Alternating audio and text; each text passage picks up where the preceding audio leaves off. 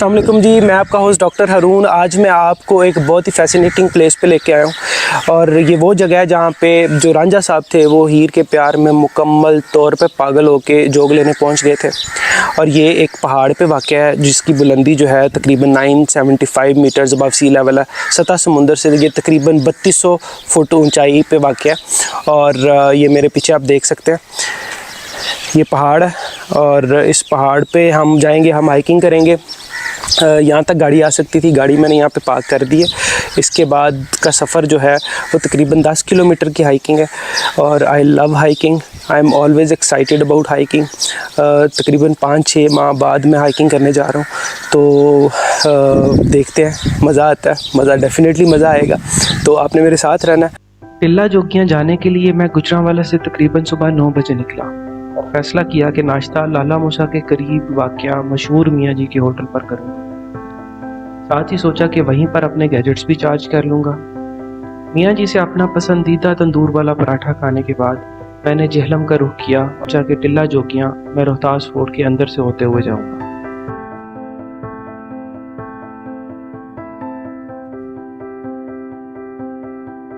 मैं आपको बताता चलूं कि टिल्ला जोगियां आप डुमेली गांव डायरेक्ट पहुंचकर भी जा सकते हैं, लेकिन मुझे रोहतास के अंदर से होके जाने वाली सड़क ज़्यादा इजी लग रही थी। रोहतास फोर्ट पहुंचने के बाद मैंने एक साहब से रास्ता पूछा तो कहने लगे कि सड़क तो यही जाती है, लेकिन वहां आपकी ये गाड़ी नहीं जा सकती। मुझे ऑलरेडी आइडिया था इधर उधर से सुनकर कि रोहतास से आप छोटी से छोटी गाड़ी पर भी टिल्ला जोगियां की बेस पर पहुँच सकते हैं और आगे से 2.5-3 घंटे की हाइकिंग करके टिल्ला जोगियां पहुँच सकते हैं। तो इस बात पे यकीन करते हुए मैंने अल्लाह का नाम लिया और चल पड़ा। मैं आपको बताता चलूं कि रोहतास फोर्ट से ये सड़क निकलती है और डिफरेंट विलेजेस से होती हुई आपको टिल्ला जोगियां की बेस तक ले जाती है। तकरीबन 20 से 22 किलोमीटर का ये सफ़र बनता जो कि आप बड़े आराम से तय कर लेते हैं। रास्ते में कुछ पैच ख़राब भी मिलते हैं, लेकिन इर्द गिर्द के नज़ारे इतनी सी मुश्किल को बड़ी आसानी से कंपनसेट कर देते हैं। बहरहाल थोड़ी सी मुश्किल और बहुत से दिल फरेब मनाजिर से भरपूर सफ़र मुकम्मल करते हुए तकरीबन 1:30 बजे के करीब मैं टिल्ला जोगियां की बेस तक पहुंच गया। हाइकिंग स्टार्ट कर दी है मैंने, थोड़ी सी डिफ़िकल्ट लग रही है। ये गोट फार्म है यहाँ पे, ये देखें कितनी प्यारी प्यारी बकरियाँ, कितनी सुरीली इनकी आवाज़ें हैं। नीचे आंटी से पूछा था मैंने कि यही रास्ता है, तो मुझे कह रही थी पुत्र चढ़ जा इन्होंने बकरियां दे पीछे, तो बकरियां जिथे चढ़ गई ने उत्थे मैं कि चढ़ा। ए देखो ये स्टीप है बिल्कुल, मेरा ख्याल है और रास्ता।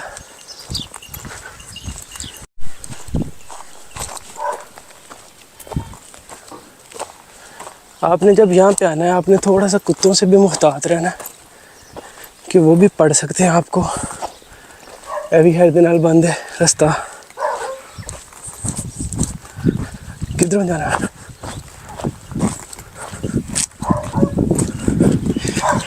ये आंटी ने पता नहीं क्या समझा मुझे, टार्जन और वट। ये यहाँ से तो काफ़ी स्टीप है।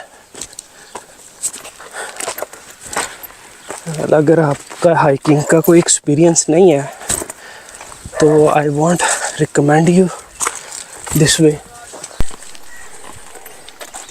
लो जी 2-3 रस्ते देखने तो बाद पता लगा कि इधर आ जाता है।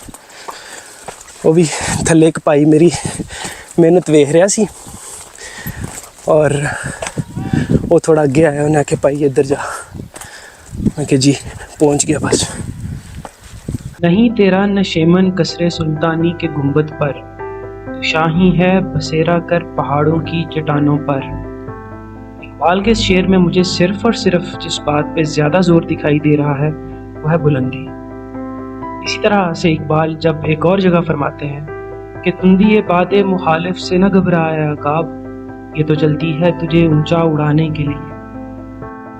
इकबाल की शायरी में बुलंदी और ऊंचाई की क्या सिग्निफिकेंस हो सकती है, इस बात का अंदाज़ा शायद कभी ना हो पाता अगर मैं आज ये हाइकिंग ना करता। हाइकिंग करते हुए एक सवाल मुसलसल मेरे दिमाग के दरवाज़ों पे दस्तक दे रहा था और वो ये था कि दुनिया के ज़्यादातर रिलीजन्स में ये जो सेक्रेड प्लेसेस या मुकद्दस मकामात हैं ये पहाड़ों पर ही क्यों वाक़? टिल्ला जोगियां जिधर मैं आज जा रहा हूँ ऐसी ही एक जगह है। बहुत पुरानी तारीख है इसकी। Founded in 9th century, this place used to be a century for जोगीज। हिंदुइज्म के बाद ये जगह सिखिज्म में भी बहुत अहमियत की हामिल है। खैर, अपने इस सवाल के दुनिया के ज़्यादातर रिलीजन्स के मुक़द्दस मकामात और पहाड़ों या बुलंदी का आपस में क्या ताल्लुक़ वास्ता है, इसका जवाब जानने के लिए मैंने तहकीक शुरू और मैं बहुत इंटरेस्टिंग मालूमात तक पाया। दुनिया के मुख्तलिफ कल्चर्स पहाड़ों को कायनात के मरकज़ होने का दर्जा देते हैं, जिनके मुताबिक ये मराकज़ पूरी दुनिया को स्टेबल और कंट्रोल करते हैं, बल्कि ज़मीन और आसमान के दरमियान राब्ता भी पैदा करते हैं। और यही वजह है कि इन पहाड़ों का सफ़र इंसान पर गहरी सच्चाइयों और हकीकतों को आश्कार करता है। इसके अलावा ये भी कहा जाता है कि ये पहाड़ों का सफ़र ही है जो कि इंसान को आज़ादी फराहम करता है, ताकि वो फिज़िकल और मेटाफिज़िकल के दरमियान रब्त कायम कर सके। पहाड़ों का सफ़र चूँकि ख़तरनाक होता है, तो ये कहा जाता है कि इंसान के अंदर ये दोनों जज्बे, प्लेजर एंड ड्रेड, इकट्ठे होते हैं तो वो रूहानियत के ज़्यादा करीब पहुँच जाता है। अच्छा जी, I am almost half way there. यहाँ पे पहुँचा हूँ तो ये एक इन्होंने स्टेशन बनाया टू रिलैक्स। तो यहाँ पे आया, मैं भी बैठा, मैंने कहा सांस वगैरह लेता हूँ। I saw this beautiful view behind, you can also see that. तो ये देखने के बाद मुझे वो एक हाइकर्स की एक वो कोटेशन याद आ गई कि the toughest climb gives you the best view. ज़िंदगी में आपने कुछ भी अचीव करना है तो you need to pay the price, you need to give your best shot. तो हम थोड़ी सी भूल कर जाते हैं in giving our best shot. तो कुछ भी हासिल करना तो उसमें थोड़ी सी मेहनत तो करनी पड़ेगी। तो we should give our best to achieve whatever we want to achieve. बाकी क्लाइंबिंग का, हाइकिंग का तो एक अपना ही चार्म है। It is such a liberating activity. वैसे तो कोई भी स्पोर्ट्स है तो उसमें it liberates you, but hiking में थोड़ा सा वो सेंस ऑफ फ्रीडम मिलता है आपको, वो लिबरेशन वाला एलिमेंट आता है। You climb up, you see the world down there and you see yourself up there, you see yourself as an accomplished man. तो वहाँ पे आके इट मेक्स द डिफरेंस। तो and hiking alone is such a wonderful experience. मैं ऊपर आ रहा था तो तकरीबन 7-8 लोग मुझे रास्ते में मिले और वो कहने लगे कि जी आप अकेले जा रहे हैं। मैंने कहा जी मैं अकेला जा रहा हूँ। तो एंड पे कुछ एक बुज़ुर्ग थे बैठे हुए, वो मुझे कहने लगे कि आप बेटा अकेले जा रहे हो। मैंने कहा अंकल आप हैं ना, आप लोग भी तो मेरे साथ ही हैं। शायद हमने चीज़ों को बहुत ज़्यादा कॉम्प्लिकेट कर दिया हुआ है कि we are not free even to a very tiny degree. हम अपनी एक्टिविटीज़ में, हम किसी भी चीज़ में हम फ्री है ही नहीं। और ये फ्रीडम का जो हम रोना धोते हैं कि फ्रीडम ऑफ स्पीच और फ्रीडम ऑफ एक्सप्रेशन, भाई human beings as individuals they should claim freedom, ठीक है। और वो फ्रीडम यही है कि कुछ एक्टिविटीज़ आपकी अपनी ज़ात के लिए होनी चाहिए, उसमें कोई किसी का मोहताज नहीं होना चाहिए। You shouldn't be dependent upon anyone for certain activities, ठीक है। शायद यही वजह है कि हम बहुत ज़्यादा एंग्जाइटी, डिप्रेशन का शिकार हैं। तो हमें अपने साथ टाइम स्पेंड करना चाहिए। बाकी आप मेरे साथ रहें, ऊपर जाके मिलते हैं।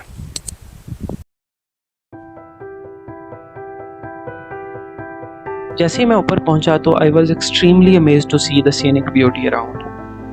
ये जो व्यूज़ आप देख रहे हैं, टू बी वेरी ऑनेस्ट, ये कुछ भी नहीं है उसके मुकाबले में जो मैंने एक्चुअल में एक्सपीरियंस किया। Hiking itself was an amazing experience.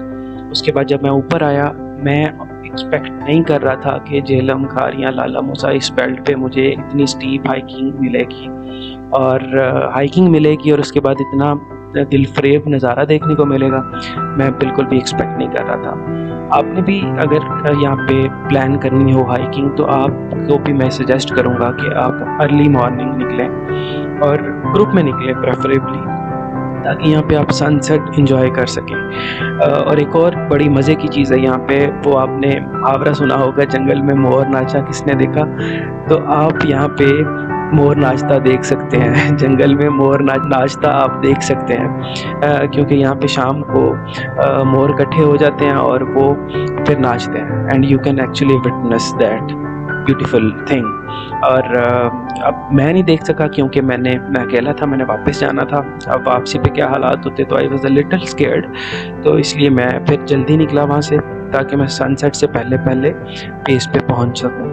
अलबत्ता बहुत खूबसूरत जगह, यहाँ पे जीप का अलग से ट्रैक है, आप जीप ट्रैक से भी आ सकते हैं। मैं हाइकिंग करके आया और वही करके मैं वापस चला गया।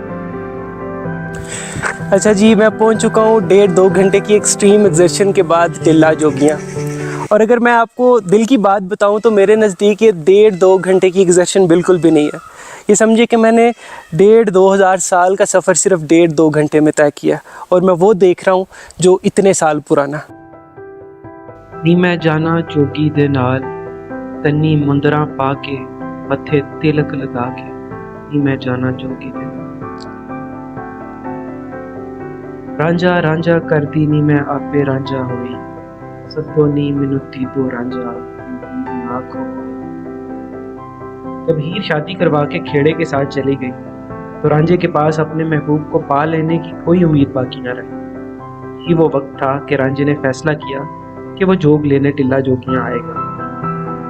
तहत हजारे से टिल्ला जोगियाँ आया और पंडित बालनाथ से जोग लेने के बाद वापस अपने महबूब की तलाश में निकल गया।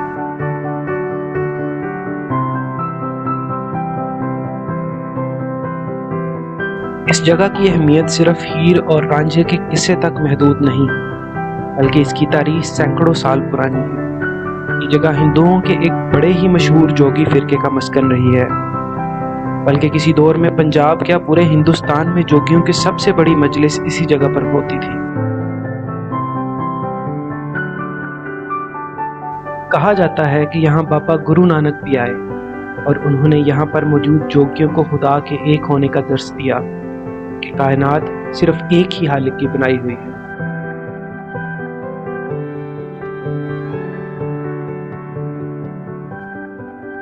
ये जगह 1947 तक बहुत आबाद थी। यहाँ मंदिर थे, जोगियों के डेरे थे। सदियों से चलता आया एक सिलसिला था जो अचानक एक दिन खामोश हो गया, और आज हम उसी खामोशी में गुजरे दिनों को याद कर रहे हैं। मैंने कहीं पढ़ा था कि यादें खुशबूदार होती, ये अपने अंदर गुजरे कल की खुशबू रखती हैं, और मेरा यकीन कीजिए ये खंडरात अपने अंदर अपने सुनहरी दूर की खुशबू लिए आज भी अपने सराहने वालों की राह में पलकें बिछाए खड़े।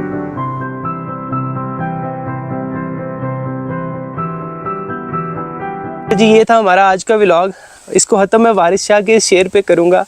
हीर आखदी जोगिया झूठ बोले, वे कौन रुठड़े यार मिलाम दाई, ऐसा कोई ना मिलया वे मैं ढूंढ थकी, जड़ा गया नू मोड़ लियाम दाई।